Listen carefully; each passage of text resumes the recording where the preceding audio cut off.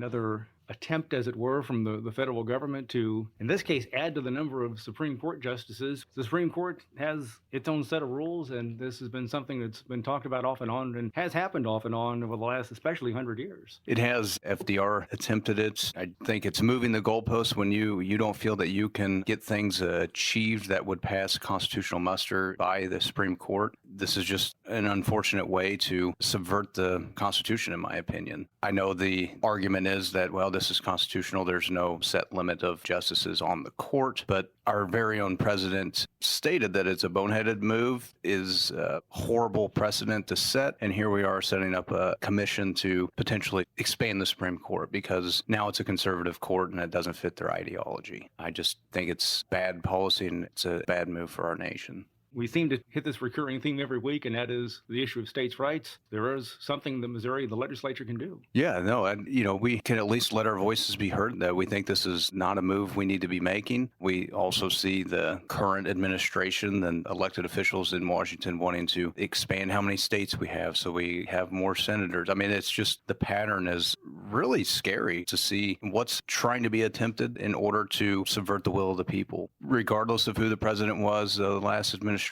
he had the ability to appoint several Supreme Court justices, and just because the politics are not liked by many, let's just move the goalposts, and that's just a horrible precedent to establish, in my opinion. And it's also a situation where, again, when you talk about whatever president is able to name whatever justices, it's relatively cyclical in terms of it's a lifetime appointment. Therefore, some people are on the court 30, 40, 50 years. Yeah, I think right now, Justice Thomas is the longest serving. He's been on since, I believe, the early 90s. And these terms last a long time. And to think we're going to expand it to where this court potentially is very left of center or an unconstitutional type court that sees the Constitution as a living, breathing document as opposed to a ironclad contract with its citizens. It's unfortunate. And yeah, if we expand this and we have several new justices that feel that way, I mean, it will last for generations. People are becoming more aware, it would seem, of what's going on, and they realize that there is something, in addition to just going to the polling place, there is something that can be done. What we're trying to do is more so ask where the states